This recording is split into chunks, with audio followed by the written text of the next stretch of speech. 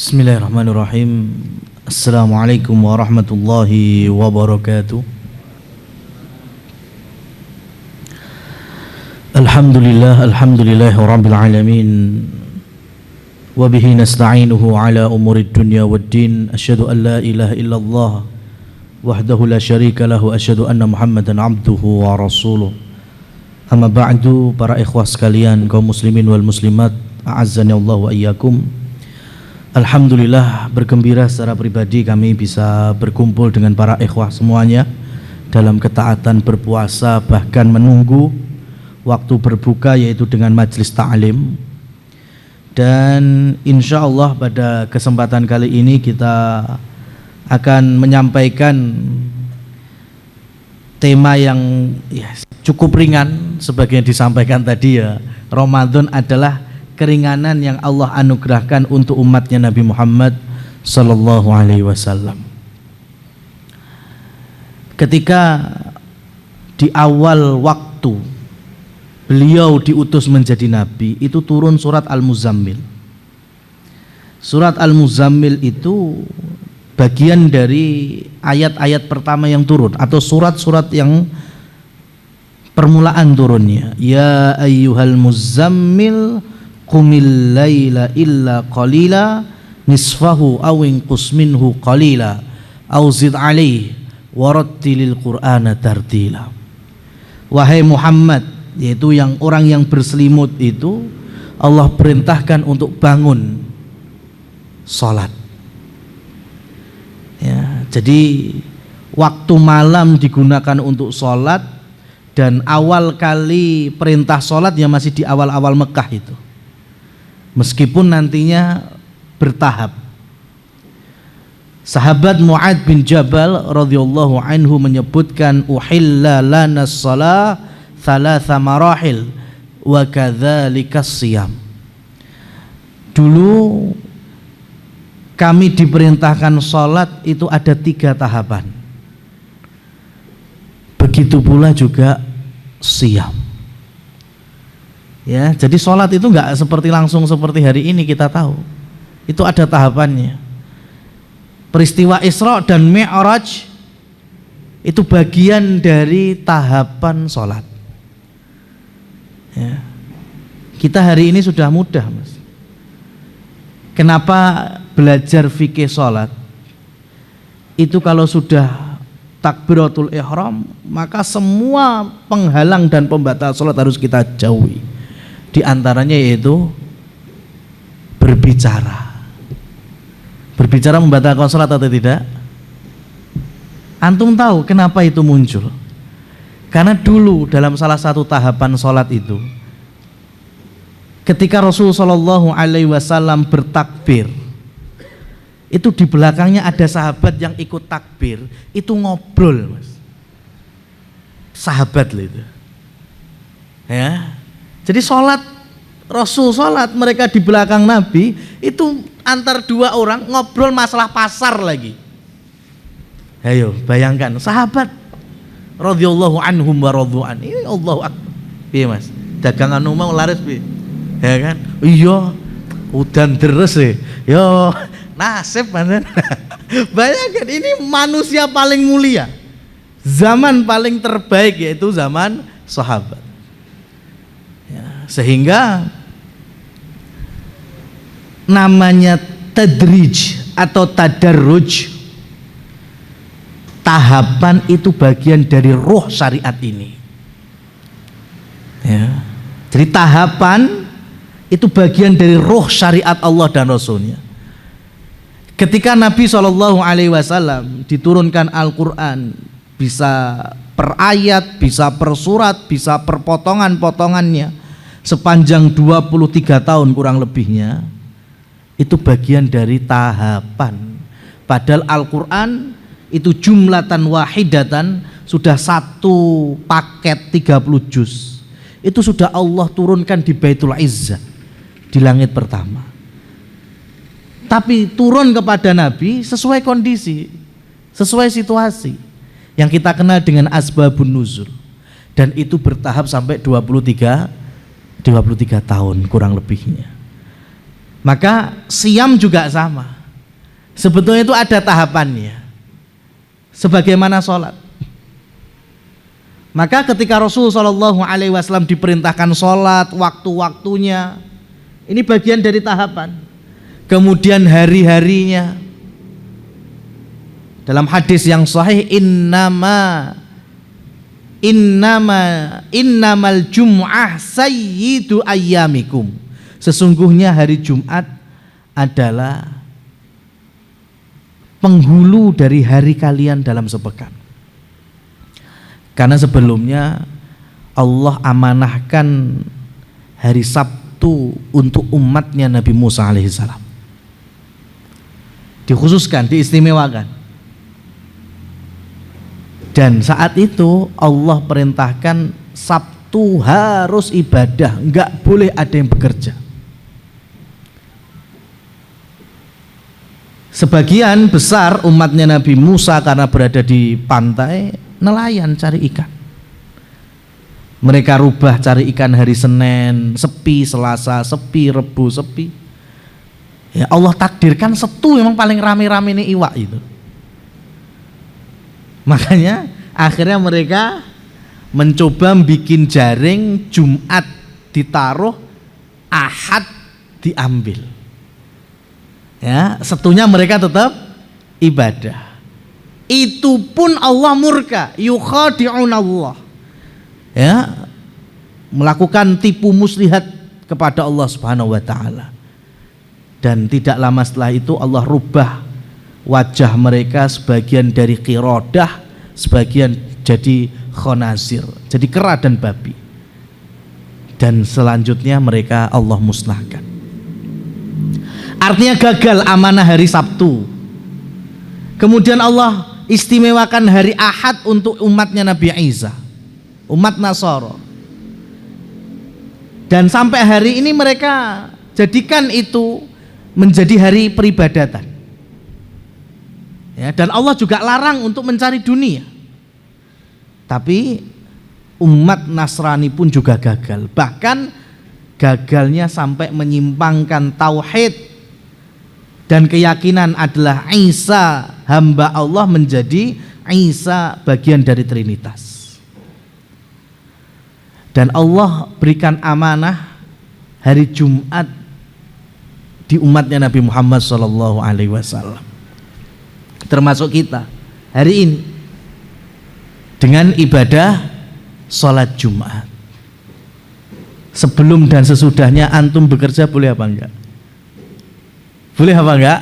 Boleh. Bahkan ada anjurannya itu kan. Ya, fa idza qudiyatis shalatu fantashiru fil ardi wabtaghu min fadlillah. Kalau sudah Jumatan, sudah sholat, ya, kemudian kalian bertebaran di muka bumi ini mencari rezeki-rezeki yang Allah bagi, silahkan. Berarti lebih ringan kita apa umatnya Nabi Musa? Ayo. Ya, kita ini yang penting jangan gagal menjadikan Jumat hari yang paling baik. Berarti hari yang paling baik dalam sepekan ada. Ya, nggak perlu ngurusi weton, Pak. Ini, Pak. Ya, jadi kalau mamanya hari baik, ya Jumat sudah ketemu. Hadisnya ada. Ya kan? Hari terbaik dalam sepekan itu hari Jumat. Jadi kalau ada yang tanya hari apa hari yang terbaik, jawab hari Jumat. Ya. Di situ kita beribadah. Tapi kalau setelah beribadah kita mau bekerja, dibolehkan. Ringan toh? Ringan harusnya. Ini bagi yang paham, bagi yang mengerti.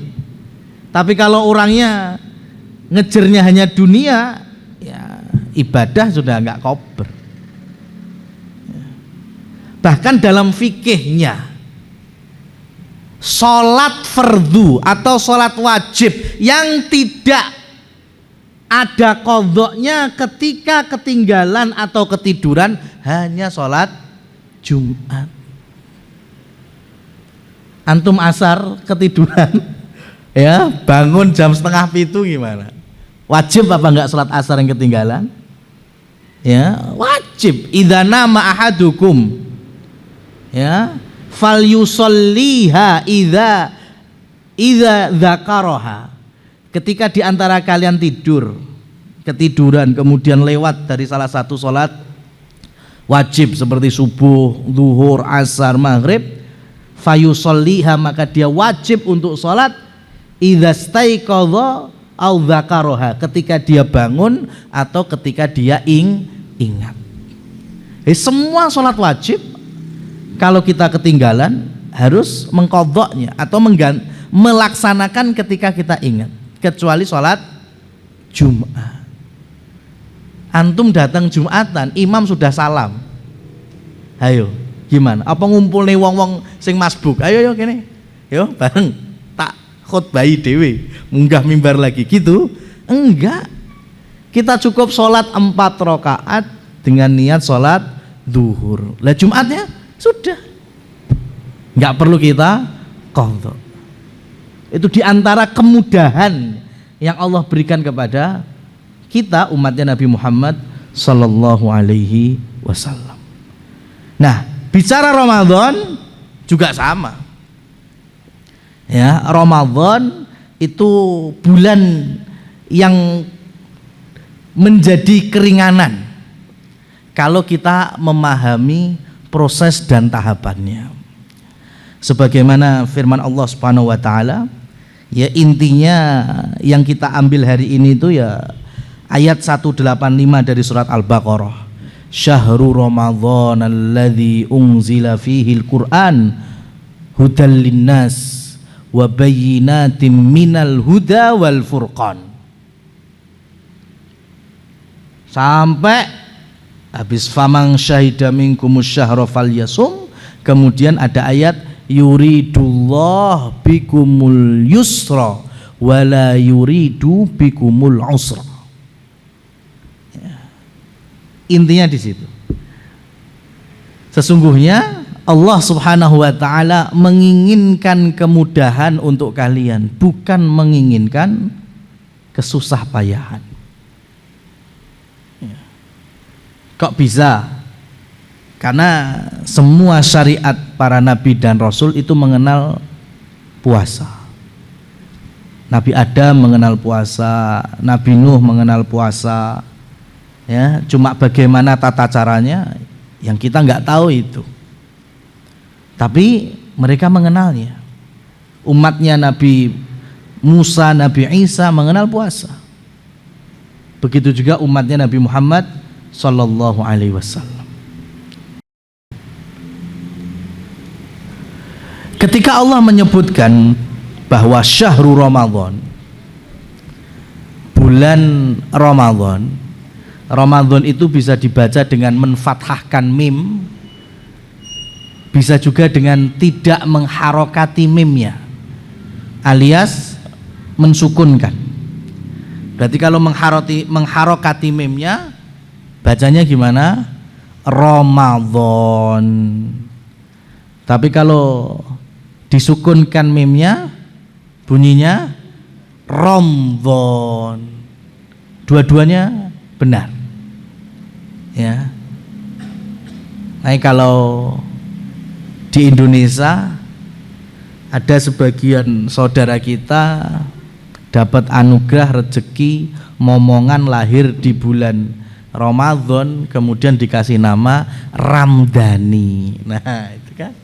Nah, itu mesti pas sasi poso lahirnya. Lah Ramdhani itu kan tulisan Latinnya. Itu kalau ketemu Arabnya Ramdhani. Ya. Jadi Latinnya Ramdhani. Ya, Ramadan itu juga benar dalam pelafalan dan pengucapan. Syahrul Ramadan di sini kami nukilkan asy-syahr, artinya sesuatu yang dikenal, masyhur. Ya. Kalender siapa yang menciptakan? Manusia atau siapa? Manusia kan? Penanggalan. Yang menciptakan siapa? Manusia. Tapi kalau yang menerbitkan bulan, menenggelamkan bulan, menerbitkan matahari, menenggelamkan matahari, siapa? Allah Subhanahu wa taala. Hari ini kita punya kalender apa saja? Yang paling masyhur ya kalender Masehi, kalender Hijriyah bagi kaum muslimin. Tapi setahun itu ada 12 bulan, itu udah masyhur. Semenjak Allah ciptakan langit dan bumi. Inna iddatas syuhuri indallahi isna asyara syahra. Ya, Allah ciptakan langit dan bumi, sesudah itu Allah kenalkan bahwa dalam satu tahun di sisinya itu ada 12 bulan. Yang dimaksud 12 bulan ini adalah bulan Qamariyah. Maka selanjutannya minha arba'atu hurum. Dari 12 itu 4-nya bulan haram. Ya, antum terjemahkan apa haram di sini? Antum terjemahkan apa? Haram di sini antum terjemahkan apa? Suci. Sepakat ya? Sepakat, suci. Iya, karena memang kita punya Mekah. Mekah dikenal dengan Ardul Haram. Sebutannya tanah suci. Sepakat ya? Rasul sallallahu alaihi wasallam menjelaskan 4 bulan haram atau tadi kita terjemahkan 4 bulan suci itu 3-nya berurutan. Dzulqa'dah, Dzulhijjah, Muharram, dan 1 yang agak pisah yaitu Rajab. Ya, ini hadis dari Nabi. Ayatnya jelas 4 bulan haram. Hadisnya diperjelas 3 berurutan mutatabi'at, yaitu Dzulqa'dah, Dzulhijjah, Muharram, 1-nya yang agak mentar yaitu Rajab. Sudah? Ramadan masuk apa enggak? Ramadan masuk apa enggak? Sekarang ganti, ana yang bertanya ke antum sebagai amanat ilmiahnya, dari mana datangnya suci untuk bulan Ramadan? Ya kan? Tadi katanya haram, antum terjemahkan apa? Suci. Sepakat ya? Sudah. Sekarang 4 bulan suci itu disebutkan dalam hadis. Ramadan masuk apa enggak? Enggak masuk. Sudah, yakin enggak masuk kan? Sudah. Tapi kenapa antum kasih suci? Katanya enggak masuk. Pernah antum dengar istilah Ramadan Syahrul Haram? Enggak pernah, enggak mungkin, karena bukan termasuk Syahrul Haram. Antum mau terjemahkan suci apalagi? Kudus. Ya, Ramadan Syahrul Kudus. Ya, nggak pernah dengar kan? Paling dengarnya Subhanal Malikil Kudus kuwi ya. Ya, habis witir. Atau antum sebelum sholat bersuci, wudu, toharoh. Pernah dengar juga Ramadan Syahrut Tohur? Nggak pernah. Karena memang Ramadan tidak ada kaitannya dengan haram. Kalau memang suci diterjemahkan sebagai haram tadi. Lantas apakah dengan menanggalkan suci dari bulan Ramadan kemudian merendahkan bulan tersebut? Sama sekali tidak. Gelar Ramadan itu banyak sekali. Ya, definisi Ramadan itu sesuai apa yang kita pahami sampai hari ini dari dulu, dan rata-rata semuanya benar. Ramadan, kalau disebutkan Ramadan, antum apa keluarnya apa kira-kira? Puasa. Ya, syahrus siyam atau syahrus shaum, ya kan? Kemudian Ramadan isinya apa? Qiyamul lail namanya, tarawih, berarti syahrul qiyam. Di ayat ini syahrul Ramadan alladzi unzila fihil Qur'an, berarti dikenal dengan syahrul Qur'an, dan turunannya syahrul tilawah. Ya, kemudian apa kalau Indonesia tadarus, syahrut tadarus. Ya. Kemudian apalagi? Orang mudah sekali bersedekah di bulan Ramadan, syahrus shadaqah. Orang saling berkasih sayang, mempererat hubungan ukhuwah Islamiyah, syahrut tarahum. Di akhirnya nanti ada syahrul i'tikaf. Bulan Ramadan dikenal dengan terjadi perang pertama dan kemenangan besar kaum muslimin, yaitu Badar, dikenal dengan syahrul jihad. Ya, dan di akhir penghujungnya ada kewajiban zakatul fitr, sahruz zakatil fitri. Ya, ini 10 ini masih mewakili, ini masih banyak lagi. Ini kalau antum cetak untuk marhaban ya Ramadan kurang satu spanduk, Mas. Ya, untuk menggantikan kata suci. Kalau sucinya terjemahan dari haram, karena Ramadan tidak masuk dari bulan haram. Tapi dia masyhur, bahkan levelnya di atas 4 bulan ini. Ya, Imam Ibnul Jauzi menyamakan bulan Ramadan dengan 12 putra Yakub alaihissalam, yaitu Nabi Yusuf salah satunya. Tadi 1 tahun ada 12 bulan, Nabi Yakub punya 12 putra. Ya, 12 putra itu yang paling ganteng, paling alim, paling bekti, paling sopan, paling disayang, ya cuma 1, yaitu Yusuf alaihissalam. 12 bulan itu dari semuanya ada 4 bulan haram, kemudian ada sisanya, dan sisanya itu 1 menjadi paling bercahaya, paling banyak rahmatnya, paling banyak keberkahannya, dan itu adalah bulan Ramadan. Ya, jadi orang beriman tuh harusnya tahu waktunya tadi sebagai muqaddimah kayak gini, Mas. Jadi mana yang prioritas? Bulan Ramadan paling atas. Kemudian 4 bulan suci. Berarti masih sisa berapa? 5. 12 kurang 5 7 ya, 7. Jadi kita bisa berestafet amal ibadah di setiap bulannya, karena semuanya ada keistimewaan masing-masing. Unzila fihil Quran, yang diturunkan padanya Al-Quran. Imam Ibnu Katsir, ya bisa dibaca ya, Ramadan adalah salah satu bulan yang dikenal dalam penanggalan Arab. Ya, meskipun ada hadis yang lemah menyebutkan bahwa Ramadan itu salah satu dari asma dan sifat Allah. Sebagaimana riwayat Imam Al-Baihaqi, la taqulu Ramadhana fa inna Ramadhana ismun min asma'illahi ta'ala walakin qulu syahru Ramadhan. Jadi nggak boleh kita hanya menyebut Ramadan saja, harus ada bulannya. Ya, karena dikhawatirkan Ramadan itu bagian dari nama Allah. Padahal tidak. Yang sahih Ramadan itu diambil dari Ramdha. Ramdha itu panas atau teriknya matahari, karena Ramadan di zaman Nabi itu pasti musim panas.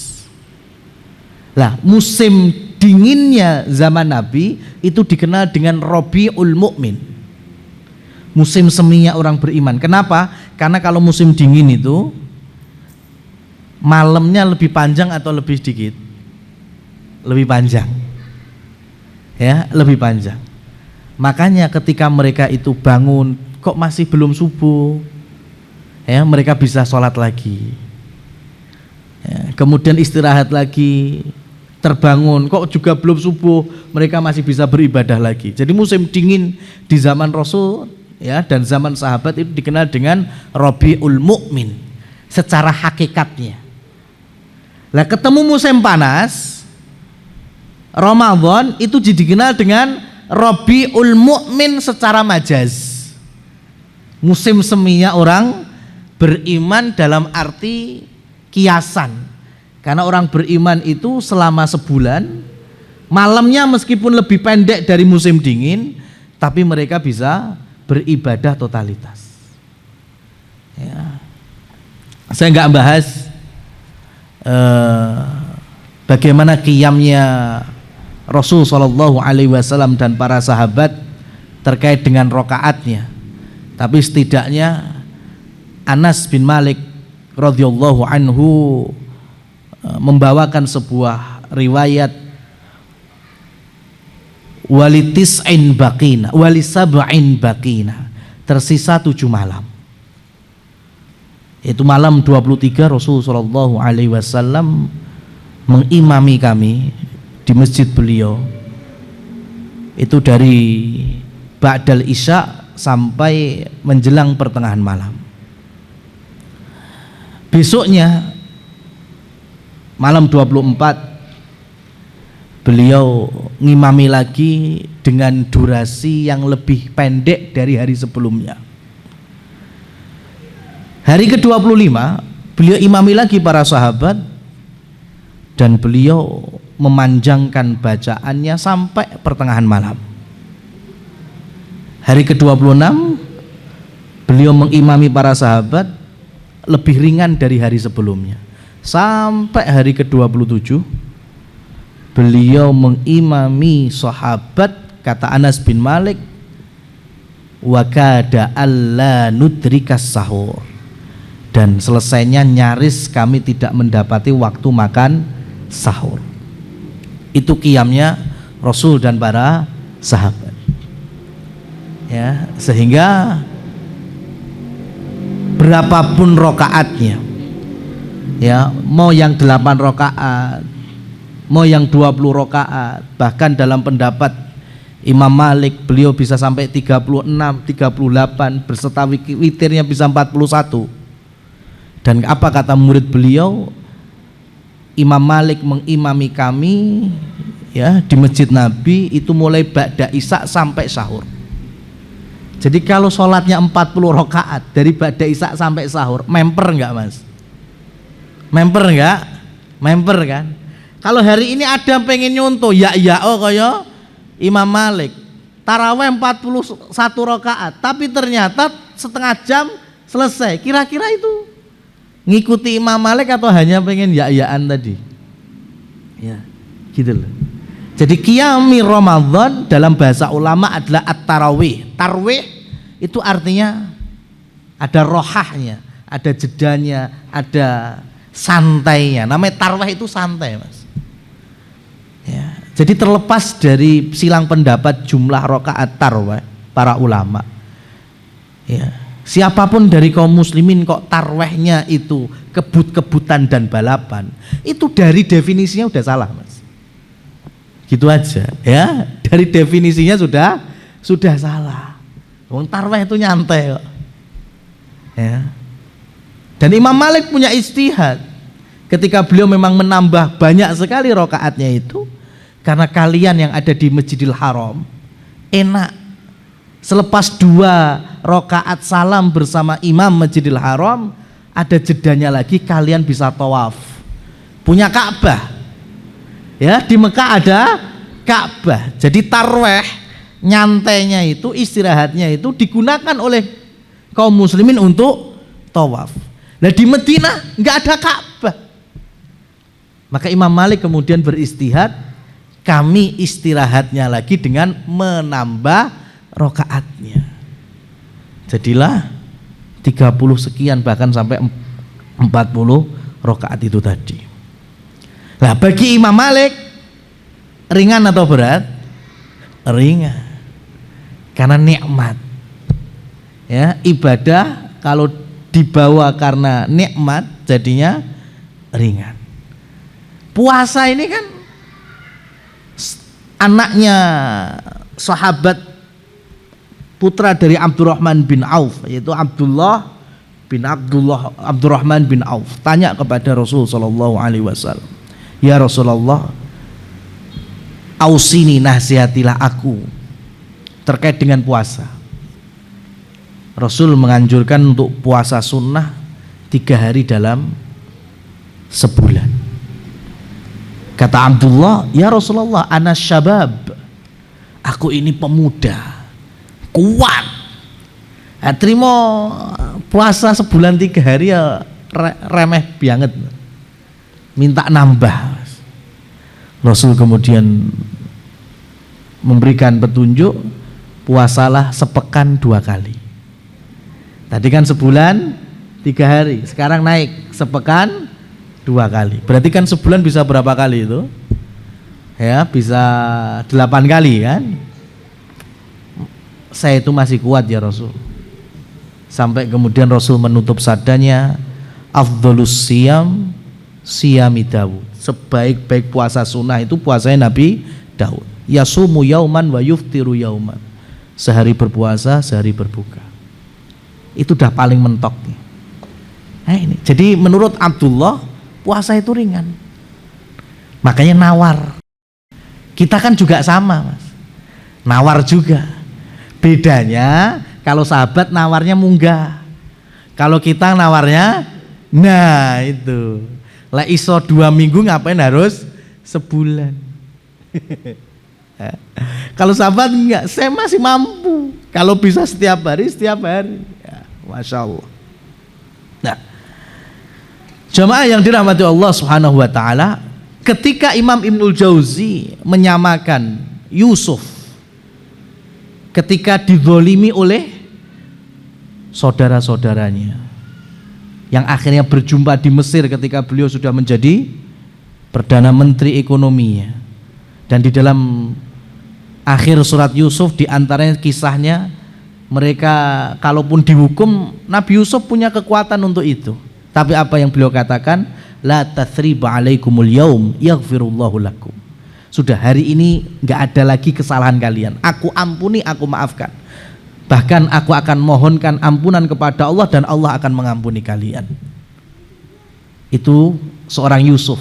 11 saudaranya zalim, berbuat salah, menjauhkan dirinya dengan ayahnya, bahkan dicemplungkan ke sumur dan seterusnya. Tapi karena dengan satu anak yang soleh terampuni semua 11 saudaranya. Ramadan juga sama, Mas. 11 bulan kita berdosa, bermaksiat, kedzaliman ya kita lakukan, maka 1 bulan ini bisa menjadi ya ampunan yang Allah turunkan bagi kita. Ramadan sepenuhnya itqun minan nar. Dari awal hari sampai penghujung hari Ramadan semuanya ada maghfirah atau ampunan Allah bagi kita semuanya. Ya, maka kalau kita bisa memaksimalkan itu rasanya ringan. Ya, ayat-ayat Ramadan diantaranya kan ayyamam ma'dudat, hari-hari yang terbilang, yang terbatas. Nggak lama Ramadan itu, terbatas ya, cuma sebulan. Sekarang gini aja, kalau pemerintah wilayah atau desa sini mengumumkan warganya, besok di balai desa pukul 9 sampai 10 saja ya, ada pembagian gratis seluruh kebutuhan rumah tangga ya, kira-kira besok pada antri apa enggak itu? Antri. Bahkan mungkin jam 6 wis anak sing tetek neng balai desa, karena tahu infonya, paham. Bagi siapa? Ya warga setempat. Coba Pati ujung selatan datang, ya enggak datang, enggak mudeng kok, enggak tahu infonya. Lah Allah Subhanahu wa taala memberikan info ayyamam ma'dudat. Ramadan itu enggak lama, enggak selamanya. Ya, hanya terbatas. Maka yang tahu infonya, yang faham akan makna Ramadan, mereka yang akan berjuang semaksimal mungkin totalitas gimana bisa meraih berbagai macam peningkatan ya, adha'afan katsirah, tikel-tikelnya dari pahala-pahala dan ganjaran. Itu bagian dari anugerah yang Allah berikan kepada kita. Berikutnya alladzi unzila fihil Qur'an, dan ayat-ayat yang menunjukkan bahwa memang di Ramadan lah Al-Qur'an diturunkan. Inna anzalnahu fi lailatul qadar, inna anzalnahu fi lailatin mubarakah. Imam Ibnu Katsir di dalam tafsir beliau yang masyhur itu, Tafsir Qur'anil Azim, menafsirkan ayat yang kedua dari surat Yusuf. Ya, ketika kami turunkan kata Allah Al-Qur'an Arabian dengan berbahasa Arab, la'allakum ta'qilun, semoga kalian berakal. Beliau tafsirkan, ujung penafsiran beliau katakan kamula min jami'i wujuhin, sempurna dari segala sisinya. Ya, dipreteli sama Imam Ibnu Katsir. Ketika Allah mengirimkan malaikat pembawa wahyu, yaitu Al-Quran, siapa? Jibril alaihissalam. Jadilah Jibril malaikat paling istimewa. Ya, karena bawa Quran. Ke siapa Al-Quran diturunkan? Ke Nabi Muhammad Sallallahu Alaihi Wasallam. Jadilah beliau manusia paling istimewa karena diturunkan Al-Quran pada beliau. Diturunkannya pertama kali di mana? Di Gua Hira. Gua Hira bagian dari wilayah Mekah. Jadilah Mekah kota atau wilayah paling istimewa. Kapan itu terjadi? Di bulan apa? Di bulan Ramadan. Jadilah Ramadan bulan yang paling istimewa, dan itu terjadi di salah satu malamnya, yaitu malam Lailatul Qadar. Jadilah malam Lailatul Qadar malam yang paling istimewa sepanjang tahun. Dan Al-Quran, firman Allah dengan bahasa Arab, maka jadilah bahasa Arab bahasa yang paling istimewa. Inilah sempurna dari segala sisi. Sehingga kalau kita pengen jadi sosok-sosok yang istimewa, berarti syaratnya apa? Jangan sampai jauh dari Al-Quran. Ya, semakin kita jauh dari Al-Quran, ya, semakin kita nggak bakal istimewa di sisi Allah. Semakin kita dekat dengan Al-Quran, maka di sisi Allah kita semakin istimewa. Ramadan waktunya terbaik. Ya. Imam Syafi'i menghatamkan Al-Quran dalam satu bulan Ramadan itu 60 kali. Berarti satu hari 2 kali khatam. Utsman bin Affan radhiyallahu anhu menghatamkan Al-Quran di sepanjang sholat dalam tiap harinya. Jadi kalau sholat, baca-bacaan, ya, ayat-ayat Quran itu hanya di sholat saja khatam, belum di luar sholatnya. Ya. Jadi kalau bicara contoh-contoh seperti ini, masya Allah banyak sekali. Ya. Nah, masalahnya sekarang hari ini kita ini sudah tahu ini dalilnya yang disebutkan. Ya, kemudian kalau hadisnya ada di silsilah sahihah, unzilat suhufu Ibrahim fi awwali lailatin min Ramadan. Ya, suhuf Ibrahim diturunkan pada malam pertama Ramadan. Wa unzilatit Taurah li sittin madhaini min Ramadan. Taurat diturunkan pada hari malam ke-7 bulan Ramadan. Wal Injilu li thalatha asyrata khallat min Ramadan. Adapun Injil diturunkan pada malam ke-14 Ramadan. Wa anzalallahu al-Qur'an li arba'in wa isrina khalat min Ramadan. Adapun Al-Qur'an diturunkan pada malam ke-25 Ramadan. Dalam riwayat yang lain, di dalam kitab Ar-Rahikum Mahtum, Syekh Sofi Rahman Al-Mubarakfuri menukilkan malam 21 Ramadan. Baik 25 maupun 21 itu masih hitungannya 10 akhir Ramadan. Dan 10 akhir Ramadan itu masuk hitungan potensi turunnya Lailatul Qadar.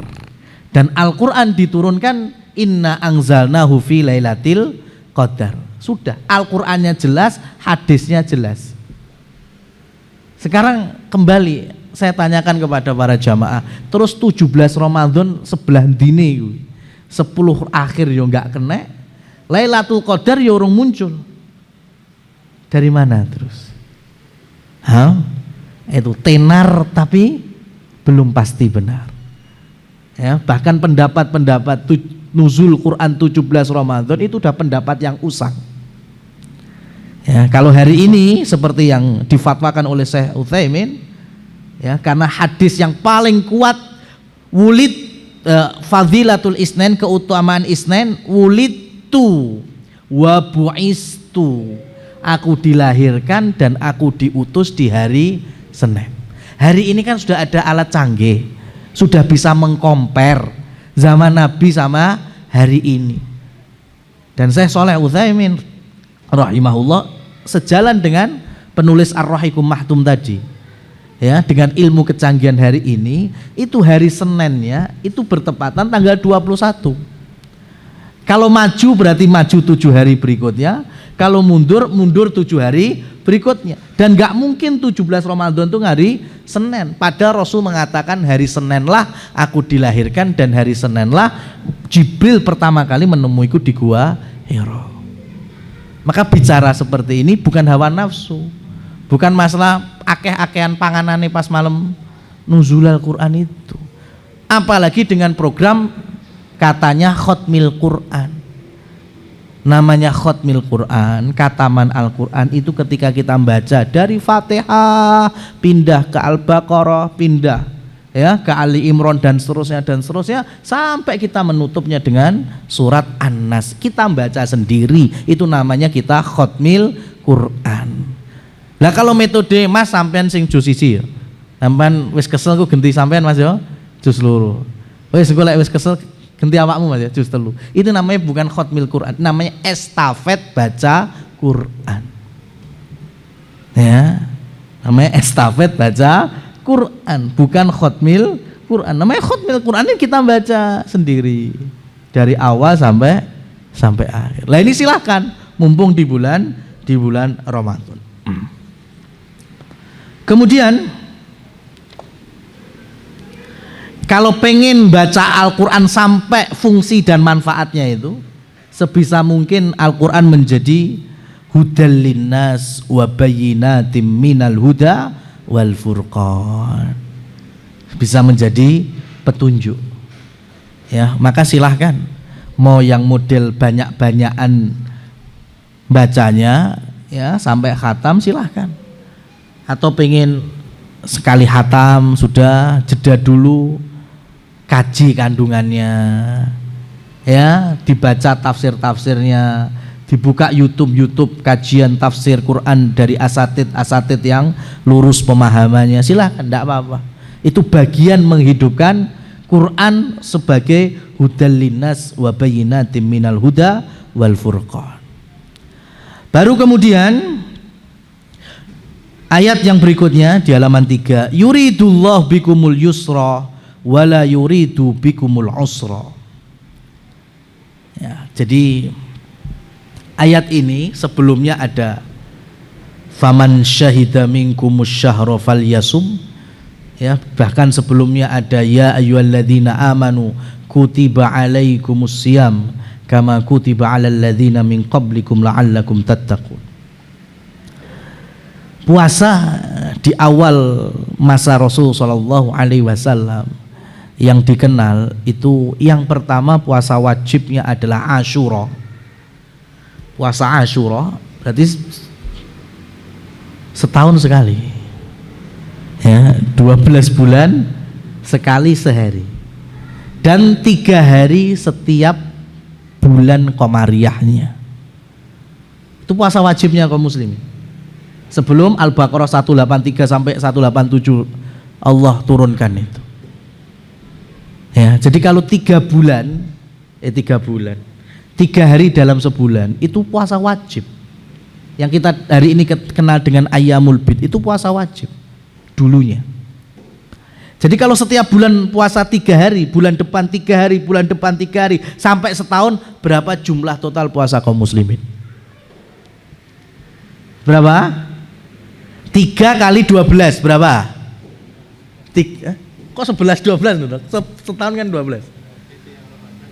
Belum Ramadan belum. 3 kali 12 berapa? 36 tambah 1 Asyura 37. Ya, 36 37 itu total puasa wajibnya kaum muslimin. Ketika Allah turunkan kutiba alaikumus syiyam sampai faman syahida minkumus syahra, maka ini semuanya terhapus. Jatuhnya hanya puasa sunnah. Tapi sahabat hari itu merasa keberatan. Kenapa? Karena mereka nggak terbiasa puasa total sebulan. Karena mereka terbiasanya dengan 3 hari dalam sebulan, tapi ben sasi poso 3 hari. Di antara maksud yuridullah bikumul yusra wala yuridu bikumul usra, Allah menginginkan keringanan. Coba kalau dipikir 36 atau 37 total setahun ya, sama sekarang wajibnya cuma sebulan, dan sebulan itu bisa 29 bisa 30 hari.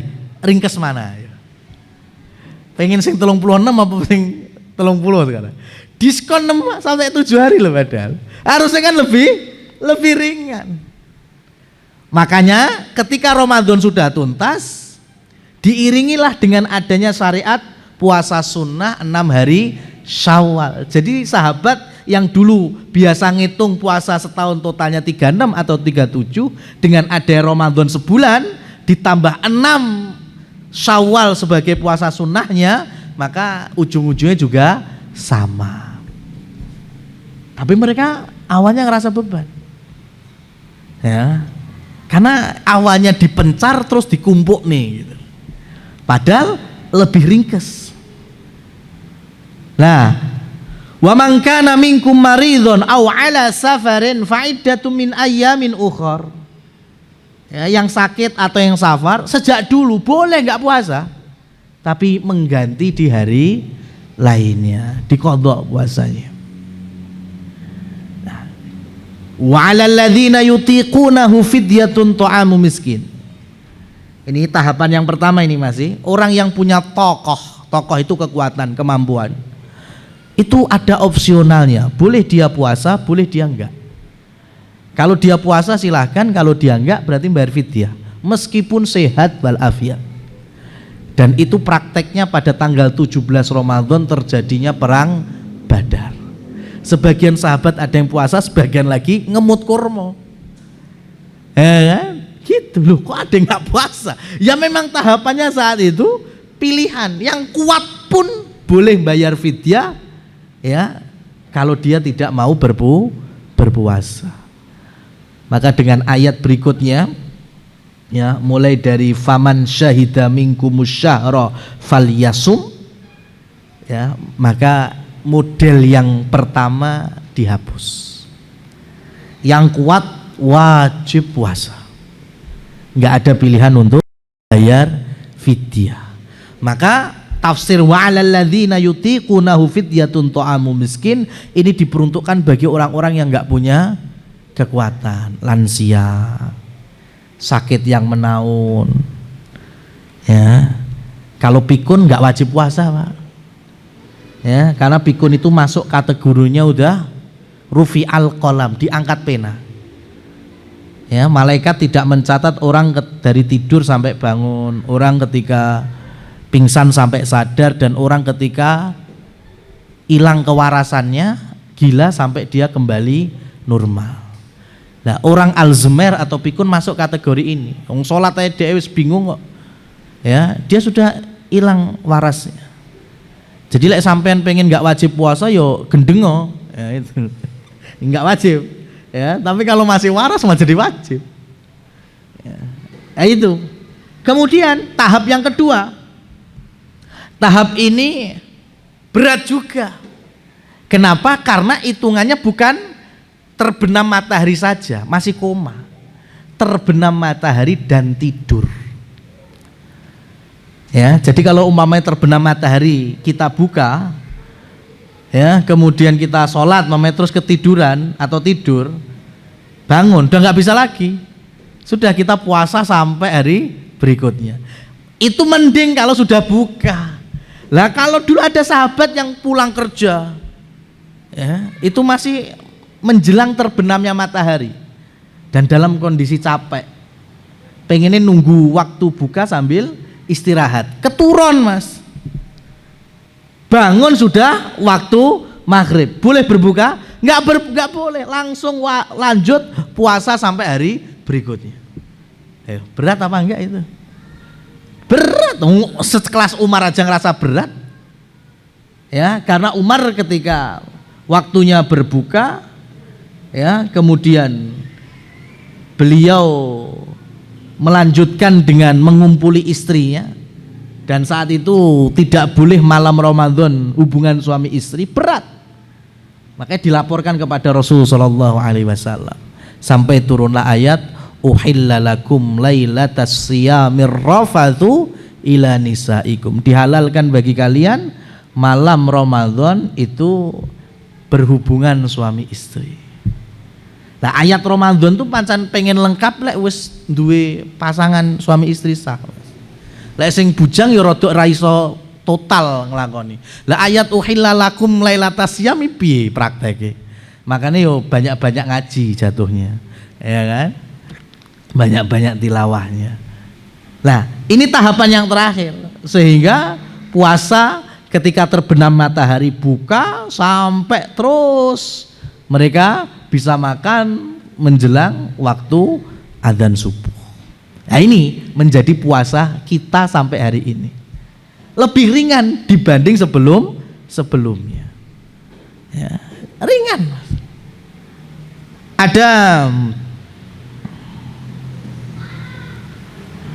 hadis riwayat Imam Bukhari, innad dina yusrun walan yusaddad dina ahadun illa ghalabah fasaddidu wa qaribu wa abshiru. Ya, agama kita ini mudah, bukan disepelekan ya, tapi aslinya mudah dari yang sebelum-sebelumnya. Ya. Bahkan ketika ayat ini diulang 2 kali, wa man kana minkum maridhon aw ala safarin fa iddatum min ayyamin ukhra. Orang yang masih sakit, orang yang masih safar boleh enggak puasa, mengganti di hari yang lain. Ya, bayangkan diulang 2 kali itu. Dari tahapan pertama, tahapan kedua terulang. Jadi orang yang sakit itu mendapatkan rukhsah. Ya, bahkan jangan kemudian kita paksa untuk berpuasa. Ya.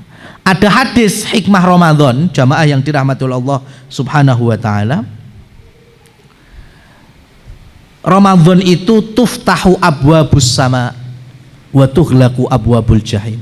Dibukanya pintu langit yaitu pintu surga, ditutupnya pintu neraka. Ya. Maksudnya apa? Dimudahkannya kita beramal. Yang enggak biasa jamaah di masjid nih, itu Ramadan akeh bolone Mas. Ya, jadi ndumplenge ra ketara. Ya, enggak ketahuan. Enak makanya. Yang belum biasa ngaji, ya belum biasa taklim, Ramadan banyak waktu, banyak program untuk taklim. Misalnya ya, kita ikut, mudah. Enggak perlu ada rasa malu, dimudahkan. Kita mau sedekah, mudah. Kita mau apapun mudah. Itu salah satu maksud dibukanya pintu surga, ditutupnya pintu neraka.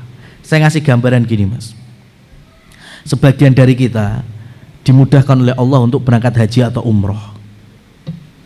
Suasana di 2 masjid, 2 tanah suci, baik itu Masjidil Haram Mekah atau Masjid Nabawi Medina, itu adzan subuh pertama belum dikumandangkan, itu orang-orang itu dari hotel keluar berbondong-bondong menuju masjid. Jam 3 isuk loh Mas. Adzan pertama paling bisa jam 4. Sejam sebelumnya itu sudah berbondong-bondong ke masjid. Kenapa? Suasananya mendukung. Ya. Apa? Dari anak-anak muda sekarang itu support sistemnya itu mendukung. Ya, lingkungannya mendukung. Ya. Orang mau berangkat sejam sebelum adzan biasa. Ya di Mekah dan di Medina. Antum titeni ae. Kalau ada di antara saudara antum atau siapa antum pulang haji atau umroh, insya Allah pekan pertama sergep nang masjid. Karena saya ketularan hawane kono. Entenono sampai 2 sasi, kono rodok Suloyo biasanya. Ya kan? Hawanya beda. Hawane beda sudah antara di tanah air dengan di sana. Begitu juga Ramadan. Ramadan itu mudah sekali kita. Lah kok kemudian bisa-bisanya kita hal yang ringan dalam ibadah ya, tidak bisa mewujudkannya, itu kan eman-eman sekali.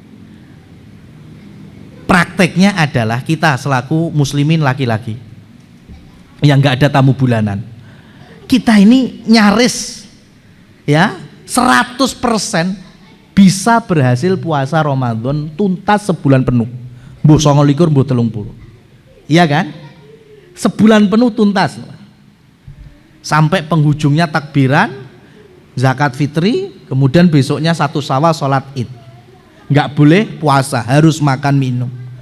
Lah besoknya lagi tanggal 2 Syawal itu sudah ada anjuran puasa Syawal 6 hari, bisa berurutan, boleh dicelong-celong. Pertanyaannya, dari 100% yang berhasil puasa Ramadan, yang ikut sampai tuntas 6 hari Syawal tinggal berapa persen? Masih 100%? Enggak percaya saya. Paling kena 50% ini alhamdulillah, Mas. Ya, kok bisa yang 6 hari loh. Itu lebih singkat daripada sebulan, tapi kok lebih banyak gagalnya. Kenapa? Suasananya beda. Sudah bukan Ramadan lagi.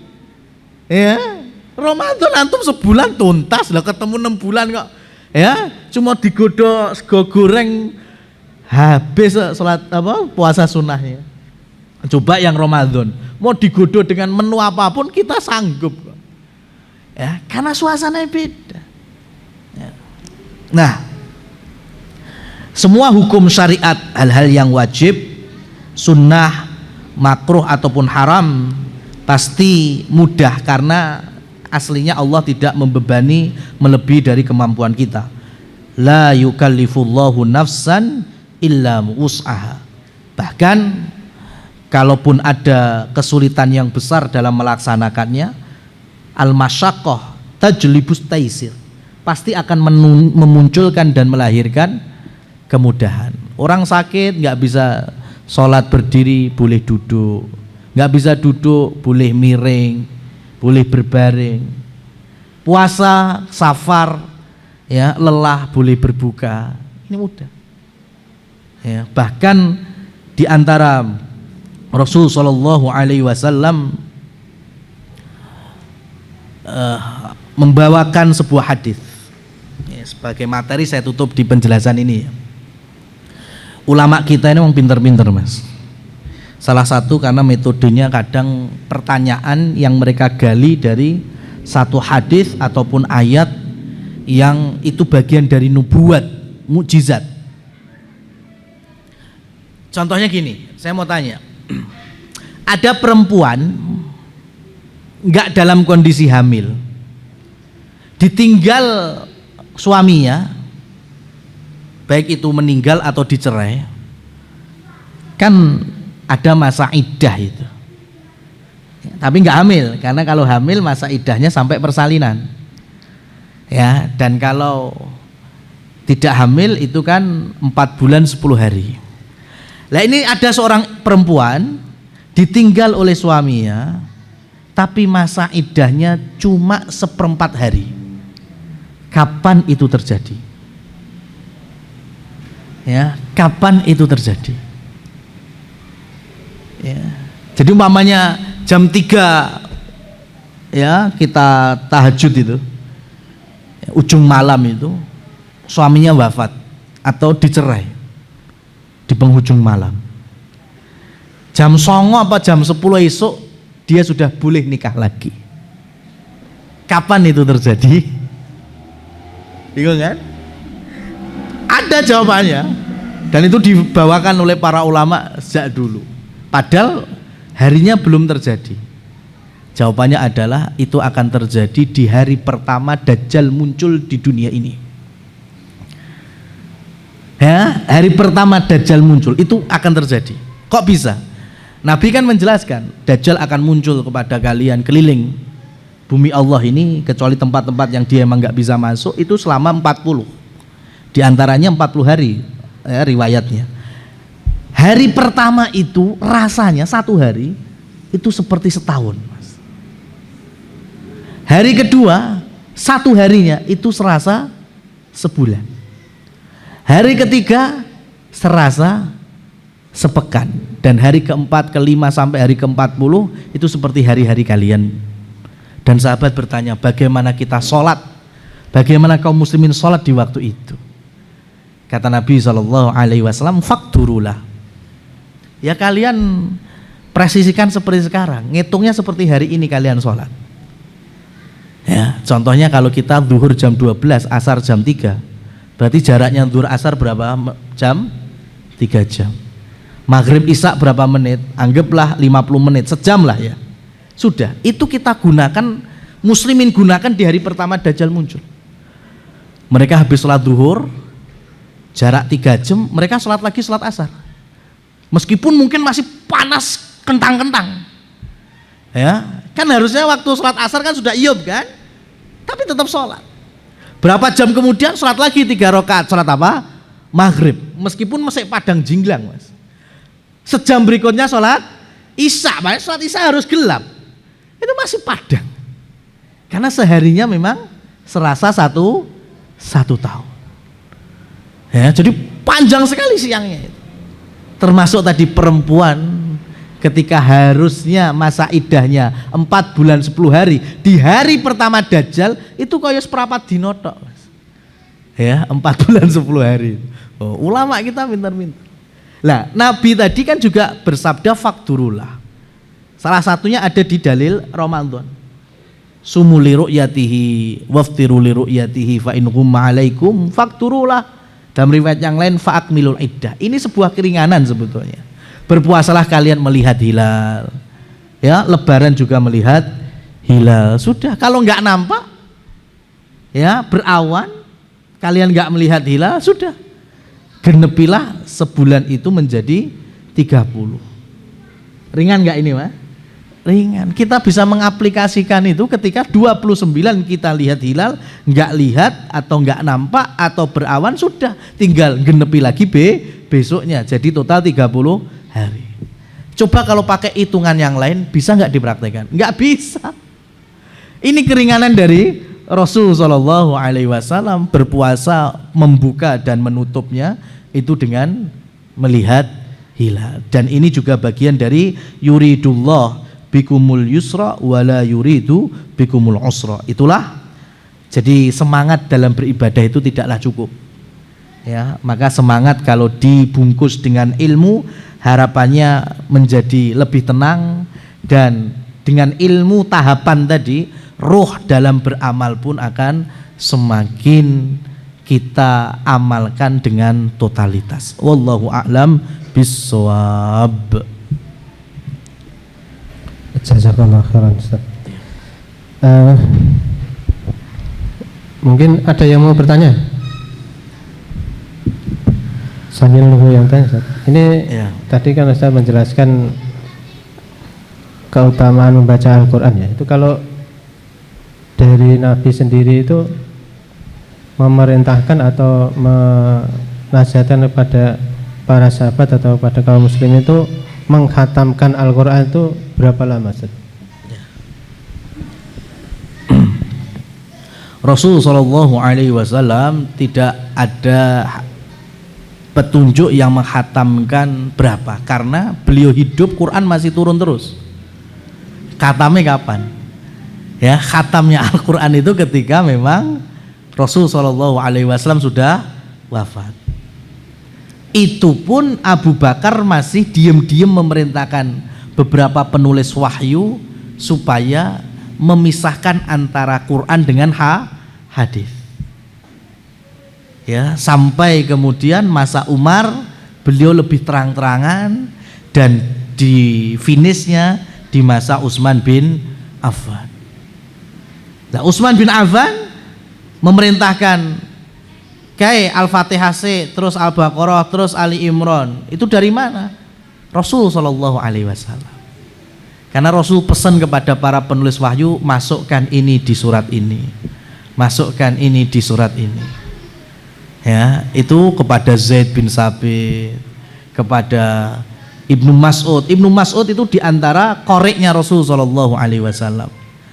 Ya, man ahabba an yaqra al-Quran ghaddan kama unzil fal yaqra ala qiraati Ibnu Ummi Abdin. Barang siapa yang pengen baca Quran yang masih seger, seperti hanya baru saja turun dari Jibril kepadaku, maka bacalah seperti bacaannya Abdullah ibnu Mas'ud. Ya, dan bacaan Al-Quran qiraatnya itu ada. Nah, ini memang diketahui oleh para ahlu ilmi. Ya, maka ketika digunakan di tempat-tempat yang pas, tafadhol, silahkan.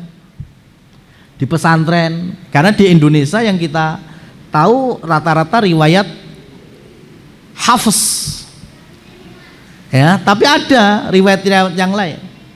Lah ini ada kejadian imam pakai, saya nggak bilang gaya ya, mungkin pengen mengenalkan aslinya, tapi di tempat yang nggak pas dia memakai riwayat yang lain. Contohnya Alhamdulillahirabbil alamin arrahmanir rahim maliki yaumiddin iyyaka na'budu wa iyyaka nasta'in ihdinas siratal mustaqim siratal ladzina an'amta 'alaihim ghairil maghdubi 'alaihim waladdallin. Antum tahu ketika imamnya itu siratal ladzina an'amta 'alaihim, paling buri adik-adik alaihim gitu Mas. Ya. Coba sekarang adik-adiknya salah apa enggak? Enggak salah. Imamnya salah apa enggak? Ya enggak salah. Ya terus di mana ini? Ya, miss pengetahuan. Ya adik-adik ngertina Fatihah ki siratal ladzina an'amta alaihim, padahal ada qiraat yang lain bisa dibaca alaihum. Ayo terus gimana? Nah, ini terjadi sehingga di masa Umar bin Khattab ketika taraweh, beliau pilih imam-imamnya, salah satunya Ubay bin Ka'ab. Ya, jadi mereka yang kemudian melestarikan untuk membaca Quran dan menghatamkannya. Nah, ada riwayat yang kalau belum 3 hari atau 7 hari makruh, itu di luar Ramadan. Ya, itu di luar Ramadan. Kalau di Ramadan silahkan, sehari sekali boleh, sehari 2 kali boleh. Dan mohon maaf, bukannya saya mengingatkan sesuatu yang viral, bukan. Tapi kalau kita pengen lihat jejak para ulama dulu baca Quran sampai khatam dalam sepekan saja, itu memang rata-rata mereka di malam Jumat atau hari Jumat itu ngepasi kena pertengahan Al-Quran, yaitu surat Al-Kahfi diantaranya. Terlepas dari beberapa waktu yang lalu ya, baca surat Al-Kahfi itu dalilnya sahih atau dhaif. Saya bicara secara biografi para ulama. Ulama karena mereka terbiasa ngaji, mulai khatam, mulai lagi balik Al-Fatihah, Al-Baqarah hari Selasa, Rebu, Kemis, malam Jumat kepasi separuh Quran Al-Kahfi, lanjut lagi, nanti khatam lagi, gitu terus. Lah, yang saya khawatirkan ketika yaitu tadi viral, tapi karena memang atas dasarnya yang nggak benar. Ya, memang biasanya kalau mau Al-Quran seminggu sekali Al-Kahfi tok loh Mas.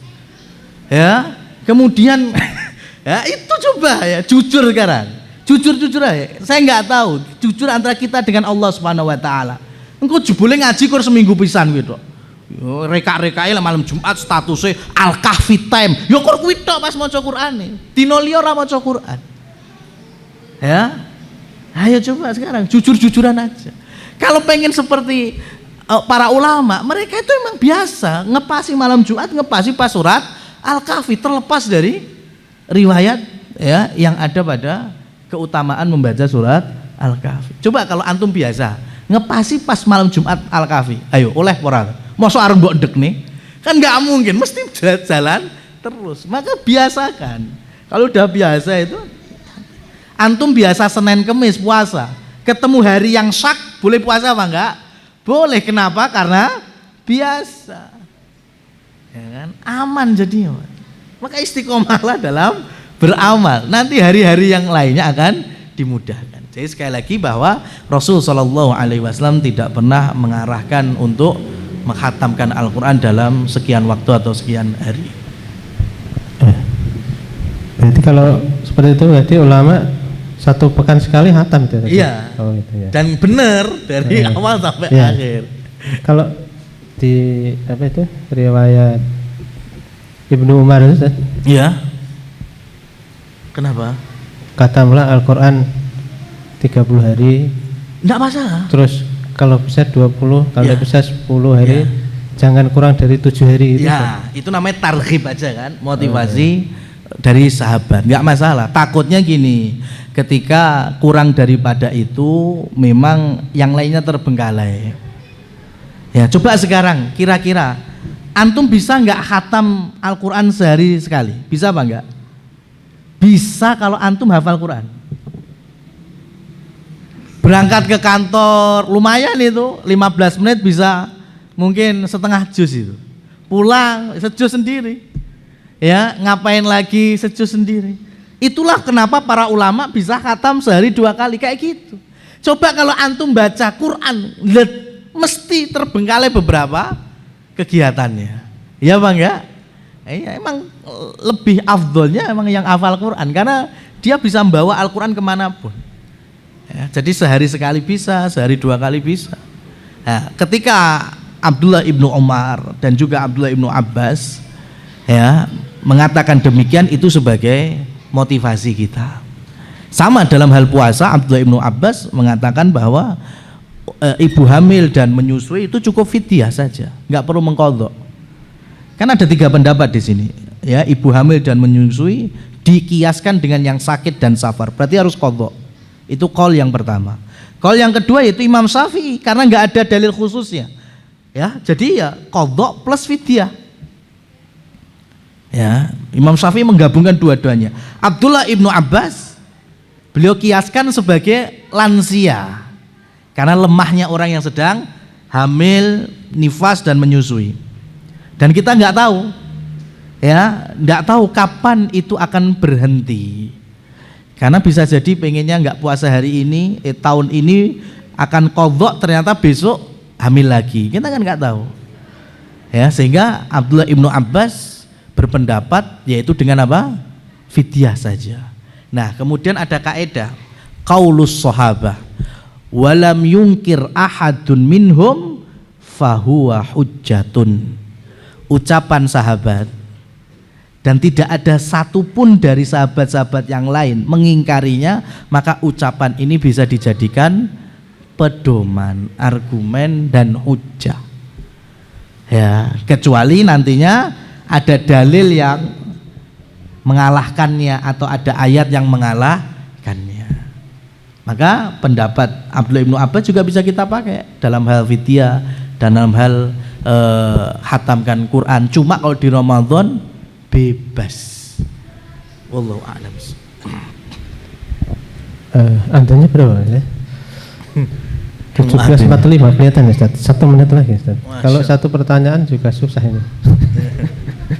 Enggak pas. Ini aja Ustaz.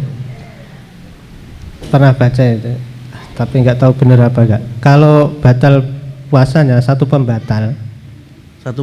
Misalkan karena makan atau minum atau yang lain lah ya. Maka setelah itu batal itu tidak boleh, harus menahan yang lain sampai maghrib. Apa setelah itu ya bebas gitu ya. Hari ini ada non muslim yang masuk Islam habis duhur bersahadat. Apakah kemudian dia sudah menjadi saudara kita muslim kan? Apakah dia boleh makan siang atau harus menahan laparnya sampai buka? Jawabannya menahan laparnya sampai buka. Puasa berarti? Enggak puasa. Enggak puasa dong. Puasa wajib Ramadan itu harus dibangun niatnya dari sebelum terbitnya fajar. Nah, ini udah ketemu zuhur. Ya, jadi mulai besoknya baru dia wajib puasa. Lah, untuk muslimin itu ada memang beberapa contoh yang lain. Seperti ketika suami istri berhubungan selepas subuh atau bahasa fikihnya di siang hari Ramadan, maka batal puasanya, bahkan ada kafarahnya. Tapi kalau habis itu dia makan boleh, yang penting jangan di depan atau jangan kelihatan orang yang berpuasa. Beda dengan orang yang belum nikah, mohon maaf, melakukan suatu perkara yang haram yaitu istimna. Apa itu istimna? Yaitu onani atau masturbasi. Ya, maka ketika dia sudah selesai melakukan onani atau masturbasi, maka dia tetap gak boleh makan dan minum. Dia harus menahan namanya, tapi dia wajib mengqadha puasanya. Ya, jadi tergantung posisinya. Ya, ada yang hanya menahan dan nggak terhitung puasa, paling nggak enak banget itu. Ya, ada yang memang batal ya batal, dia boleh makan seperti orang haid. Ya, di tengah siangnya. Wallahu a'lam bissawab. Ya, cukup sekian. Monggo Mas, adik-adik itu dibagi Mas. Dibagi. Ya. Ya ini ternyata ada ilmu ini ya. Harusnya tadi ya itu pertanyaannya ya. Misalkan saudara ada yang gila baru waras siang hari kan mestinya ada ketentuan Ustaz ya. Ya, nah, kalau siang hari berarti belum terhitung puasa, tapi dia wajib menahan laparnya. Nah, ini kasusnya lagi Ustaz. Kalau anak kecil jadi baliknya siang hari. Ya, berarti wajibnya mulai besoknya. Ya, ketika dia balik kan dia belum niat puasa wajibnya. Yang membedakan puasa wajib sama puasa sunnah yang di sini tok sebetulnya. Antum sholat subuh, kemudian belum makan belum minum sampai jam 6 baru pulang. Buka tempat makan nggak ada sarapan. Kata istri, gimana mau olah-olah? Wong gas yo entek. Kemudian antum bilang, ya wis aku tak puasa saja. Boleh? Boleh. Ini kalau puasa sunnah. Kalau antum subuhan belum makan belum minum, pulang lihat meja makan ada pisang goreng. Sampean cokot, kok alot? Wes aku tak poso wae. Boleh? Enggak boleh karena puasanya goro-goro gedang alot. Ya kan? Itu kalau puasa sunnah. Tapi kalau puasa wajib harus dibangun semenjak subuh. Wallahu a'lam. Cukup Ustaz?